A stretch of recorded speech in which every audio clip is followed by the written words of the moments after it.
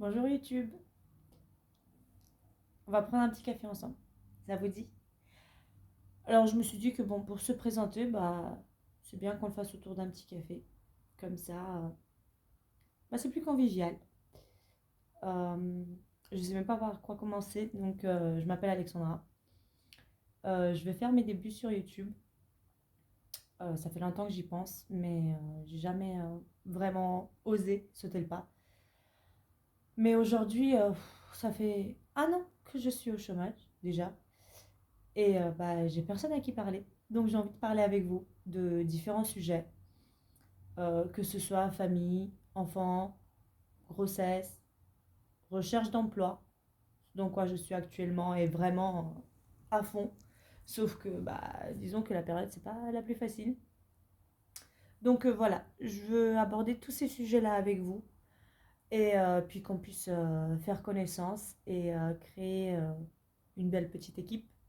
Je sais pas, peut-être qu'il y a des gens qui sont dans la même situation que moi aujourd'hui et qui voudraient avoir quelqu'un avec qui échanger.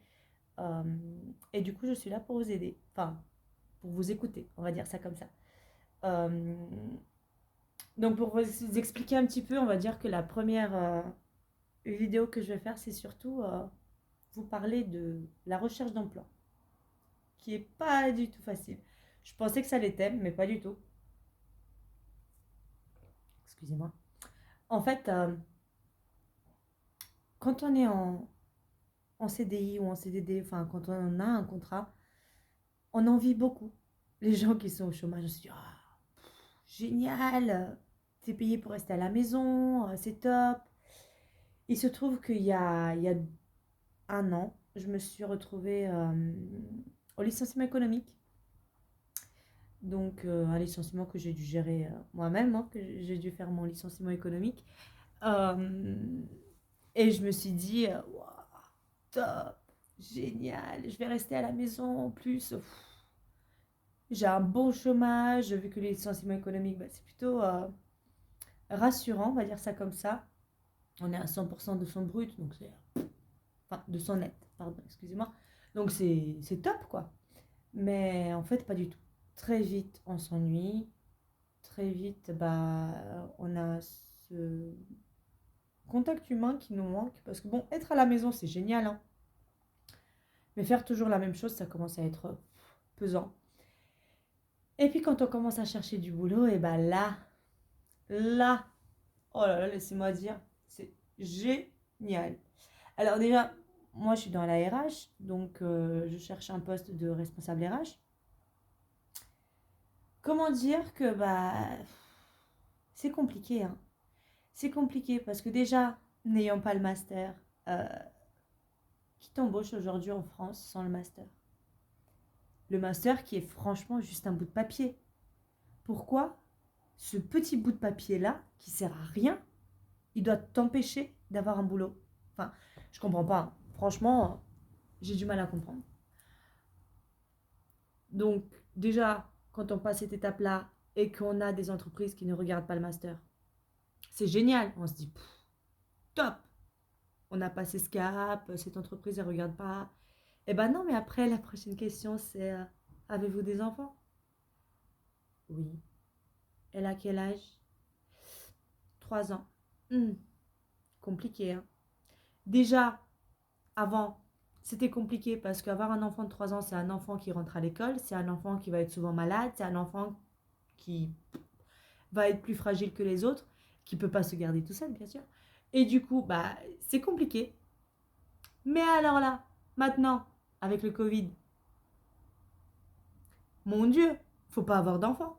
En fait, faut pas avoir d'enfants, faut avoir un master et il faut avoir beaucoup d'années d'expérience. Eh ben, excusez-moi, on n'est pas tous comme ça, hein. Enfin bon, bref. Disons que ouais, ça commence vraiment à me saouler et je sais plus quoi faire. Donc, je me suis dit, voilà, c'est peut-être le moment de faire une petite vidéo, c'est peut-être le moment de parler avec vous, de voir s'il y en a d'autres qui sont dans le même cas que moi, parce que moi là, franchement, je n'en peux plus. Je sais plus quoi faire, je sais plus quoi penser, je sais pas si c'est du coup parce que je suis une femme que je trouve pas de boulot, mais apparemment c'est ça, parce que Quand on m'appelle et on me dit, ah ben désolé madame, en fait, votre candidature, elle n'a pas été reçue parce qu'on a retenu un candidat. Un candidat, c'est égal à un homme, non? Parce que bien sûr, les hommes, bah, il n'y en a pas beaucoup qui restent à la maison avec les femmes, bah non, avec les enfants, pardon, excusez-moi. Il n'y en a pas beaucoup qui restent à la maison avec les enfants, bah non, parce que c'est les mamans. C'est les mamans qui restent à la maison. C'est les mamans qui, si la maîtresse est positive et que du coup elle est absente 7 jours, bah c'est les mamans qui restent à la maison. Si ton enfant est positif et que tu dois le garder à la maison, bah c'est les mamans qui restent avec les enfants. Bah oui, bien sûr. La belle vie. Oh, Covid. Et quand il n'y a pas Covid, bien sûr, c'est toutes les autres maladies. Et qui c'est qui s'y coltine? Bah c'est les mamans. Bah oui. Non, parce que ce serait trop beau que ce soit différent. Enfin bon, bref. Je... J'aimerais bien qu'il y ait d'autres personnes qui soient dans le même cas que moi. Parce que là, je sais plus. En plus de ça, donc, Covid, enfant en bas âge, pas de master. Génial, hein. Ma vie, elle va très bien. Bah, en plus de ça, trouver des postes RH où on pense à l'humain et pas juste business, eh ben c'est compliqué, hein. Eh ben il n'y en a pas.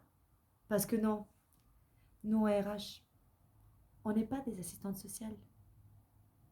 Alors combien de fois j'ai entendu ça? Je sais, moi j'ai un problème. Je suis une personne qui voit la vie en rose. Ça, ouais. Je suis une personne qui est très... je sais même pas comment dire. Oui, je suis peut-être naïve. Mais c'est parce que je veux que tout le monde soit bien, surtout dans une entreprise. Je veux que tout le monde se sente bien, que ce soit les directeurs, que ce soit les salariés, qu'ils soient motivés, qu'ils soient investis. Enfin, pour moi, c'est un truc essentiel dans une entreprise. Eh ben non, pas pour les entreprises. Ça compte pas ça. Non. Donc comment faire de la RH, hein? Je vais pas postuler pour des boîtes où t'exécutes, on s'en fout du salarié. Ben non, hein. Il y en a pas, hein. Donc voilà un peu ma vie en ce moment, hein. Génial. Génial, génial. Donc je sais même pas par quoi continuer parce que c'est pas très motivant. Mais voilà, je me suis dit, je vais peut-être faire une vidéo YouTube pour essayer de parler avec vous, essayer d'avoir des témoignages, de voir s'il y a des personnes qui sont dans le même cas que moi, des personnes qui n'ont pas forcément de master et qui arrivent à trouver un bon boulot dans une bonne entreprise où on est mis en avant, où les compétences sont mises en avant. Parce que, enfin, pour moi, franchement, enfin, j'ai toujours fonctionné comme ça. C'est que pour moi, avoir un diplôme supérieur veut rien dire. Si on a les compétences et si on a envie de s'investir dans son boulot, eh ben on peut le faire, même sans le master. Enfin, c'est c'est ridicule. Quand j'étais RH dans la boîte où j'étais, quand j'ai embauché des gens et que les managers me disaient oui, alors attention, il faut absolument un bac plus 4 bac plus 5, et ben je donnais la possibilité à tout le monde. Je faisais des entretiens avec des profils différents. Et ensuite, si je voyais que la personne, elle, elle correspondait au profil, même s'il y avait ce manque de diplôme, je faisais tout pour la défendre. Parce que justement, une personne qui n'a pas un diplôme qui est demandé, eh ben, elle va tout faire quand elle va arriver dans cette entreprise pour montrer de quoi elle est capable, pour évoluer. Alors qu'une personne qui rentre en master, bah, elle peut très bien poser son cul sur la chaise et moi, je m'en fous, j'étais embauchée pour ce poste-là et puis voilà, c'est tout quoi. Donc bon, hein, c'est le monde d'aujourd'hui, on va dire que c'est une mentalité un peu à la française, hein. C'est ce qu'on me dit tout le temps, oui, mais vous savez, madame, nous, dans notre entreprise, on est encore à la mentalité française, alors je sais, c'est pas bien, nanana, ouais, mais vous faites rien pour changer. Donc c'est gentil hein, de voir où est le problème. Mais si on fait rien pour y remédier, comment on fait? Hmm. Comment on avance? This is the question, hein. Donc voilà. Voilà, voilà. Donc j'espère que après cette vidéo, on va pouvoir faire un petit peu plus connaissance, éventuellement aborder d'autres sujets et essayer de trouver une solution ensemble, trouver un boulot, hein, ou une idée, je sais pas, d'un métier qu'on pourrait faire, qui nous plairait. Je sais pas. Je sais que moi, je suis bonne pour travailler avec l'humain. Je sais que je suis bonne pour tout ce qui est relations sociales. Mais dans quoi je pourrais m'engager, bah ça, je saurais pas vous le dire. Mais bon, enfin voilà. On verra bien au fil du temps. Qui sait? On a tous nos chemins qui sont tissés. Il faut juste trouver la bonne voie. On va dire ça comme ça.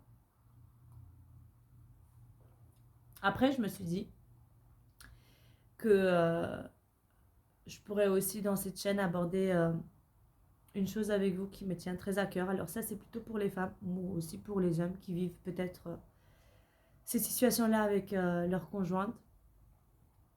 C'est la grossesse et les grossesses difficiles.